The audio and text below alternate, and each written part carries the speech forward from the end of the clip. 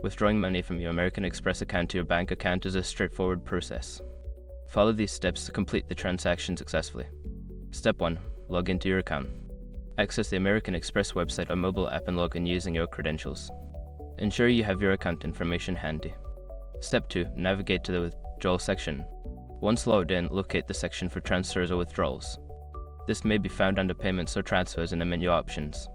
Step 3. Select your bank account. Choose the bank account where you want the funds to be transferred.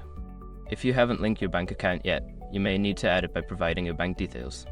Step 4. Enter the withdrawal amount. Input the amount of money you wish to withdraw. Make sure it does not exceed your available balance to avoid any issues during the transaction. Step 5. Confirm and submit the transaction. Review the details of your withdrawal, ensuring everything is correct. Once confirmed, submit the transaction. You should receive a confirmation notification once the transfer is processed. After completing these steps, your funds should be on their way to your bank account. Always check your bank account to confirm the transfer has been completed successfully.